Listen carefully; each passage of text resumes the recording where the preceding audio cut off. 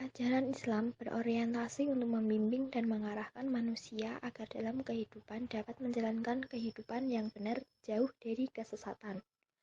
Allah tentu saja memberikan informasi tersebut kepada manusia melalui wahyu Al-Quran yang disampaikan melalui Nabi Muhammad SAW. Akan tetapi, dalam Islam sendiri terkadang muncul aliran sesat yang justru bertentangan dengan akidah dan juga prinsip-prinsip dasar agama Islam. Aliran sesat ini pasti akan berdampak pada lemahnya umat Islam, perpecahan, dan citra Islam yang rusak. Untuk itu, penting kiranya mengetahui ciri-ciri aliran sesat menurut Islam. Yang pertama yaitu tidak bersumber dari ajaran Al-Quran dan Sunnah. Yang kedua, menjatuhkan dan merusak Islam. Yang ketiga, diajarkan tanpa pendasaran yang kuat. Sebab munculnya hal tersebut adalah kesalahan penafsiran, kepentingan politik atau golongan, dan hawa nafsu manusia. Dalam agama Katolik, pelabelan sesat atau ajaran sesat sangat tidak dibenarkan. Karena dalam agama Katolik sendiri meyakini satu Tuhan yaitu Kristus Yesus. Tetapi dalam agama Katolik juga tidak mengurusi urusan orang-orang yang telah terjerumus dalam ajaran sesat. Tetapi Katolik mau menerima kembali manusia-manusia yang pernah masuk dalam ajaran sesat. Gereja Katolik juga mau memberikan nasihat-nasihat untuk meyakinkan bahwa mengikuti Kristus merupakan hal yang tepat. Seperti yang ada dalam kitab suci, tidak ada manusia yang bersih, yang berarti tidak ada manusia yang tidak berdosa. Artinya, setiap manusia itu mempunyai dosanya masing-masing dan berhak untuk menerima pertobatan serta pengampunan.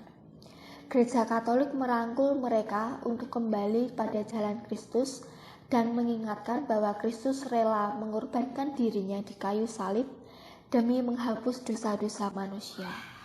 Maka dari itu, setiap dosa-dosa harus dihapuskan karena ada Sang Kristus yang telah berkorban.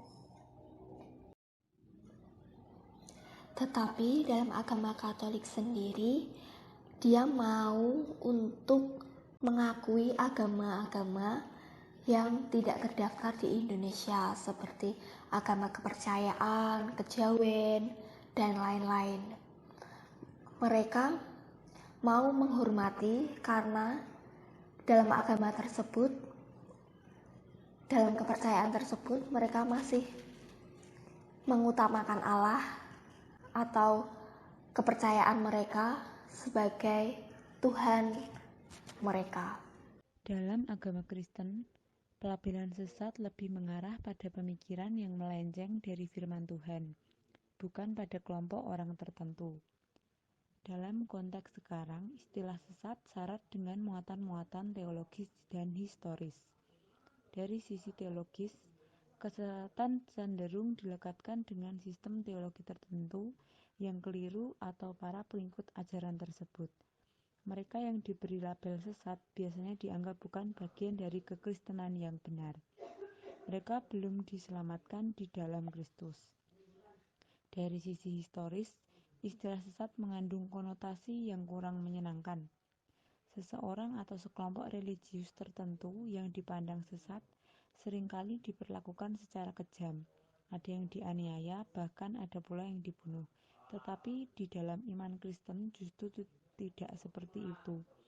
Melainkan orang yang diberi label sesat justru disupport dan dirangkul kembali ke ajaran yang benar dan diterima lagi dalam kasih Kristus untuk melakukan pertobatan serta mendapatkan pengampunan dan penggembalaan ke ajaran Kristen yang benar, serta kembali menerima ajaran-ajaran keselamatan dari Tuhan.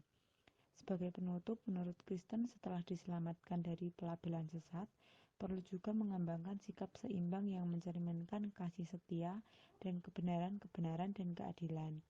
Tetapi penilaian terhadap pandangan orang mengenai pelabelan sesat perlu diwarnai dengan belas kasihan dan penuh dengan kerendah hatian.